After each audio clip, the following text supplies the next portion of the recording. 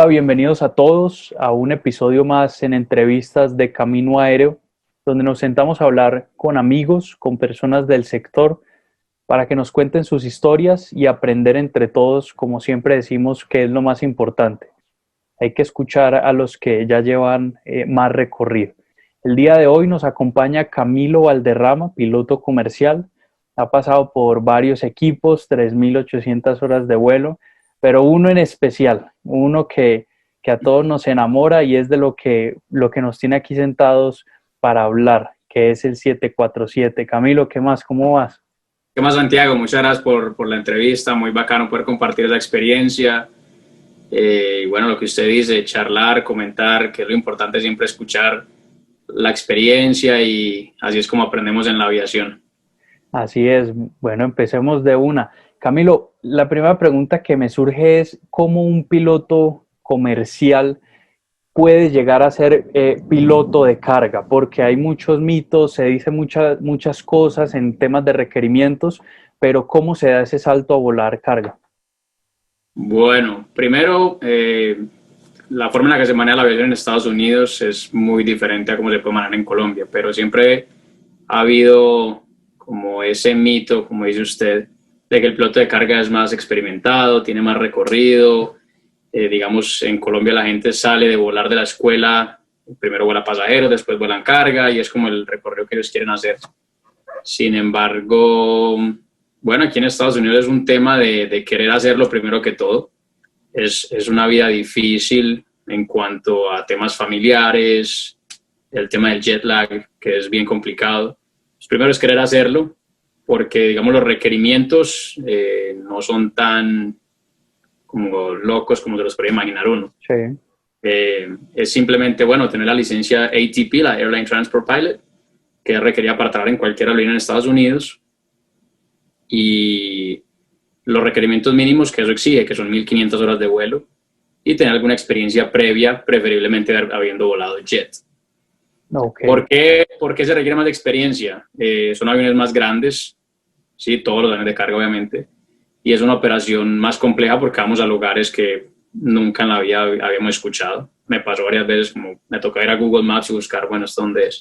Tremendo. Y entonces dice uno, bueno, tengo que preparar el vuelo o voy a llegar y voy a confiar en que sé leer mis cartas Jepsen.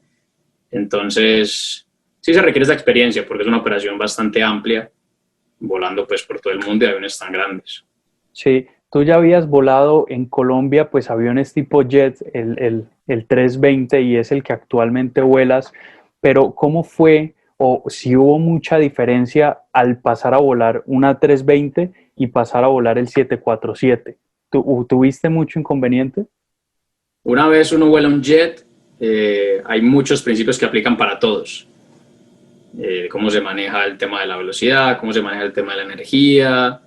Entonces, digamos que lo que cambia más que todo es las filosofías que manejan, de lo que todo el mundo habla cuando se ponen a preguntar qué es mejor, Boeing o Airbus. Entonces todo el mundo empieza ahí esa discusión Sí, eterna a terminar, y son las filosofías. Cómo dejan al piloto tratar el avión, las libertades que le dan para operarlo, cómo se leen los manuales, cómo se tratan las fallas. Entonces, la transición no fue tan difícil. El tema de la automatización, que es como se operan los aviones grandes hoy en día, no fue tan complicado. Era básicamente lo mismo con diferentes botones, diferentes nombres. Entonces sí. no tenía problema. Ya en cuanto a volar el avión como tal, sí fue un poquito diferente y al principio costó porque es un avión mucho más grande que tiene sistemas diferentes para operar los controles de vuelo. Es un avión más duro.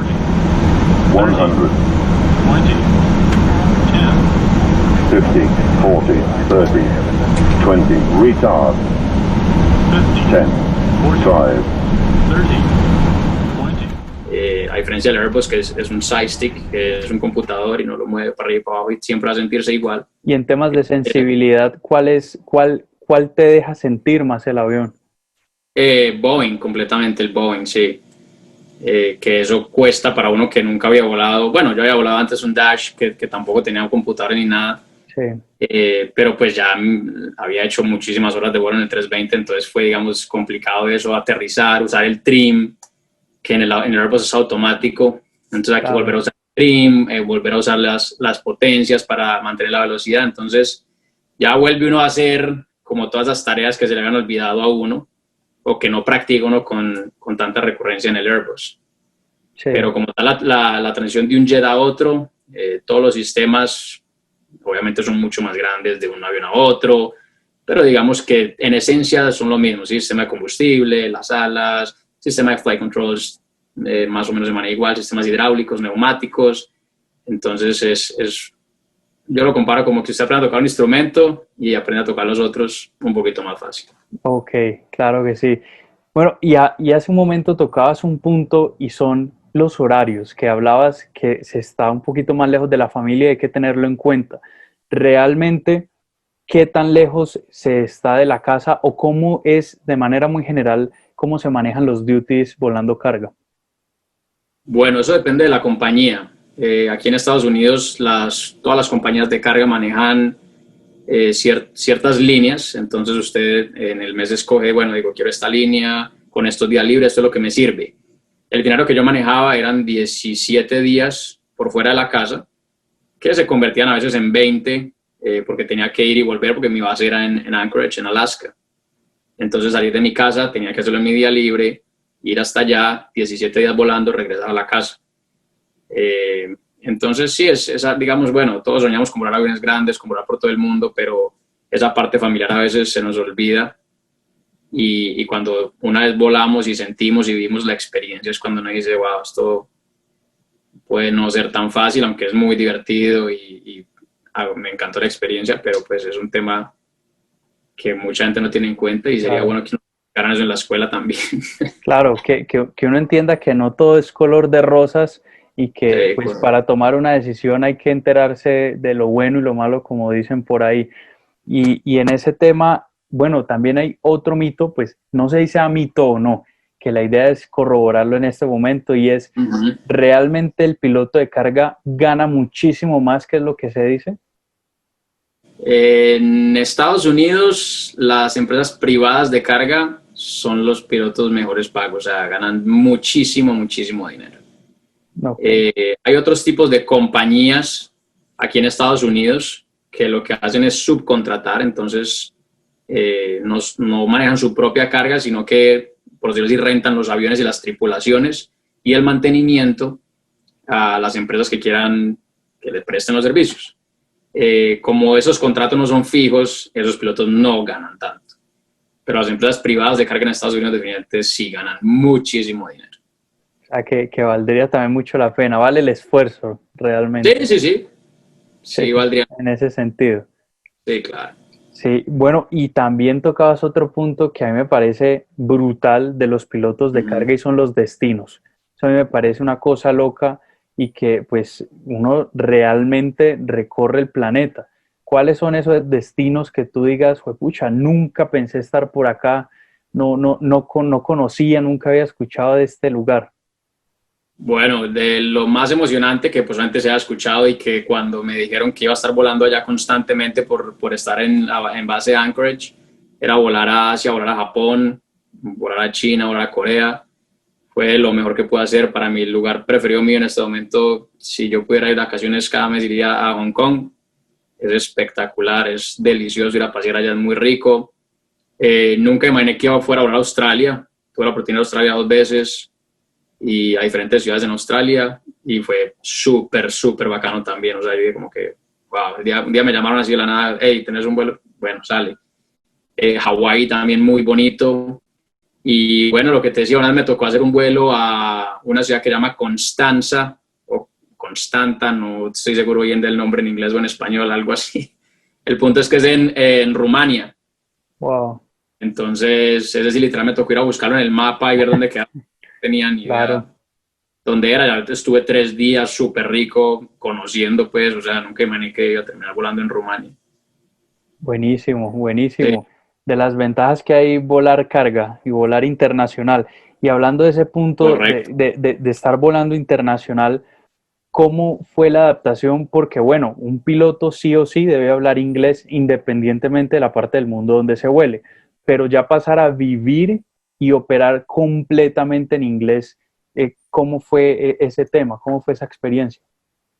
Eso fue el reto más grande, porque lo que usted dice, todos los pilotos hablamos inglés, sabemos decir clear for takeoff, clear to land, hello, good morning, whatever, pero el tema conversacional dentro de las cabinas es lo que se pone un poquito complicado. Hacer un takeoff briefing, por ejemplo.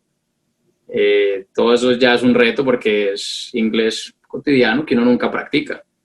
Entonces todos teníamos allá el examen del TEA y sacamos 4, sacamos 5 y todo estaba muy bonito, pero a la hora de enfrentarse a eso realmente es un reto cuando el piloto, ok, primero te toca hacer un briefing, ¿cierto? Explicar cuál es tu plan de acción para el despegue.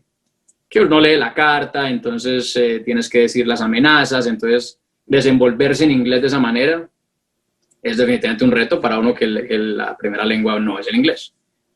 Y bueno, después sentarse ahí 9 horas con un piloto que no habla nada de otro idioma que no es inglés y que te empieza a contar de, bueno, de lo que está pasando, que del virus, de las elecciones, qué está pasando con el mundo, o sea, todo eso entonces ya es un reto y uno empieza, yes, no, sure, y se ríe uno. Sí. Y bueno, tuve momentos y todavía los tengo de mucha vergüenza en los que a veces hay muchos diferentes acentos, vuelvo y repito, muchos acentos diferentes en Estados Unidos, en los que son unos más fáciles, más difíciles de entender otros, que te empiezan a hablar a una velocidad que uno dice, ok, wow, acá un poquito, ¿qué pasó que no entendí nada? Claro. Pero a lo que yo invito a la gente realmente es que culturalmente en Latinoamérica, vamos a incluir ahí, crecemos con un estigma muy horrible de la pena que nos da hablar inglés, de que si usted no sabe hablar inglés entonces es un bobo, de que si usted dijo mal esta palabra entonces todos nos reímos de usted. Y si usted le pregunta a alguien, ¿usted habla inglés? La respuesta generalmente va a ser sí, pero me da pena. Así es. Y todo el mundo dice lo mismo. Entonces como que, bueno, quite esa pena, porque cuando una persona americana va a su país y se pone a hablar o intenta hablar español, nadie se ríe. Todo el mundo es como que, oh, wow. Qué tan bueno que está intentando. Qué tan bueno con el español, tal. Entonces, ¿por qué no verlo de esa forma para uno también? Y yo una vez hablaba con un americano y le decía, yo a veces me quedo callado porque no tengo nada que decir al principio cuando empecé a volar hace ya 2 años.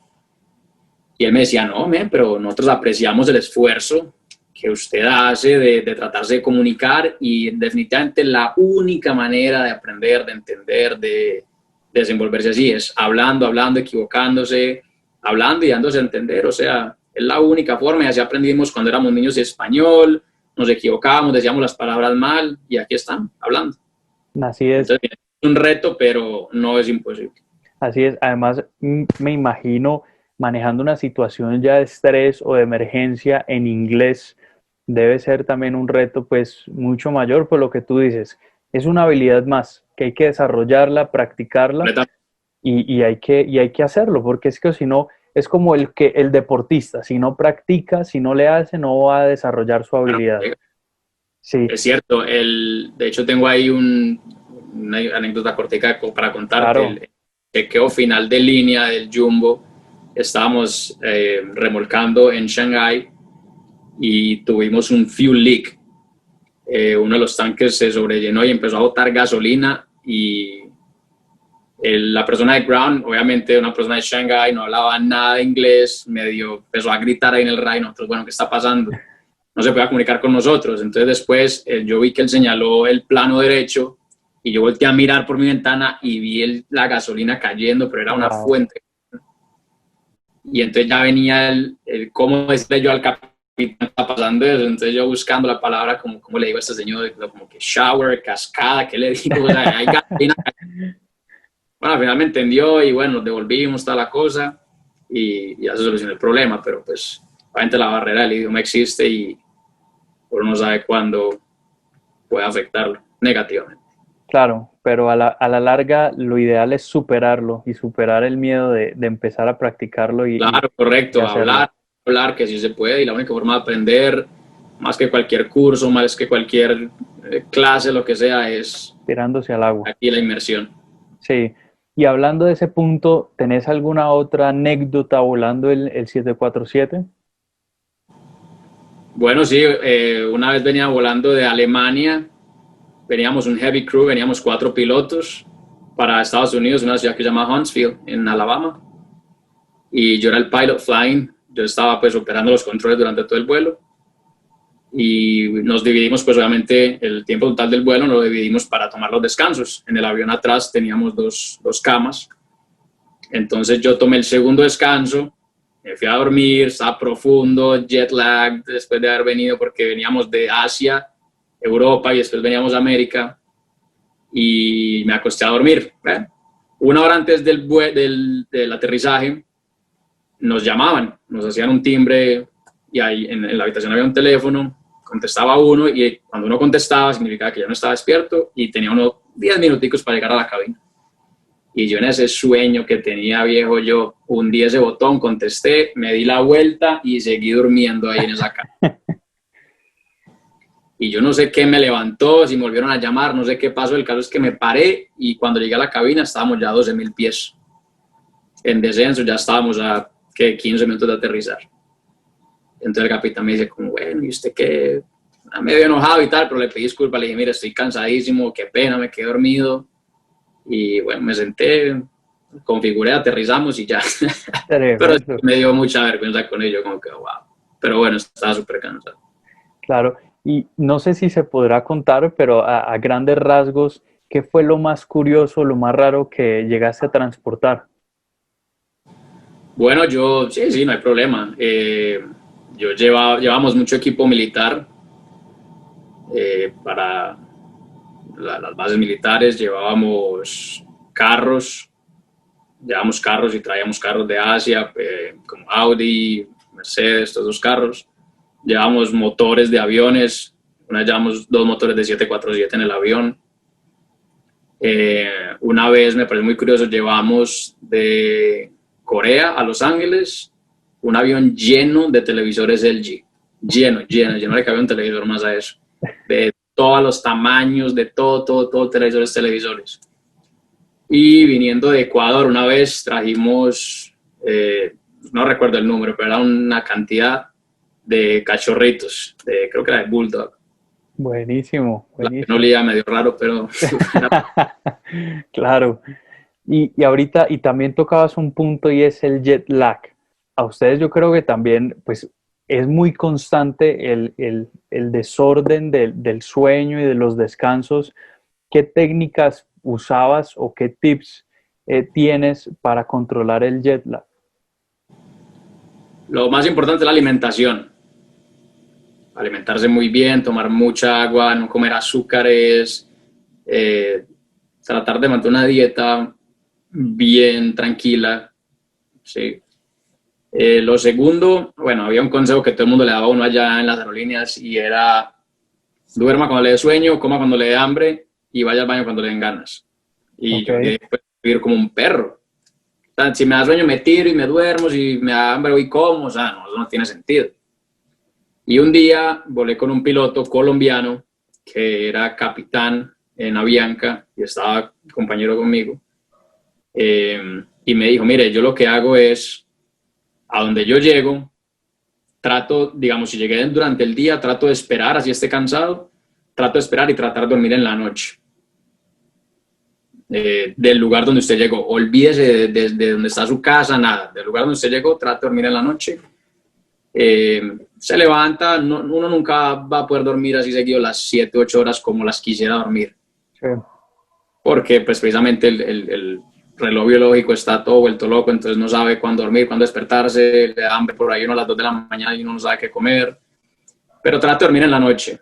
Si se siente muy cansado y no puede llegar, digamos, llega uno a las 9 de la mañana a, no sé, a Alemania y está uno muy cansado y quiere acostarse a dormir, entonces tome una siesta corta, no sé, 1 hora y media, 2 horas, como para que se recupere, porque se empieza uno a sentir mal, uno se empieza a marear, la presión se le baja, no se siente uno bien. Entonces tome una siesta corta y espera hasta la noche y duerma. Y eso de hecho me funcionó bastante bien. Trataba de dormir siempre en las noches. A veces, por ejemplo, me dormía, no sé, 9 de la noche y a las 3 de la mañana ya estaba despierto y dando vuelta en la cama, entonces ya buscar qué hacer a esa hora. y tratar de volver a conciliar el sueño de pronto un poquito más tarde.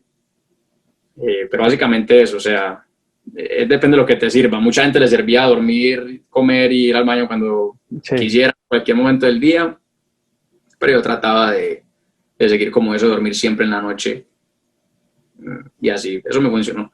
O sea, mejoró un poquito más la experiencia.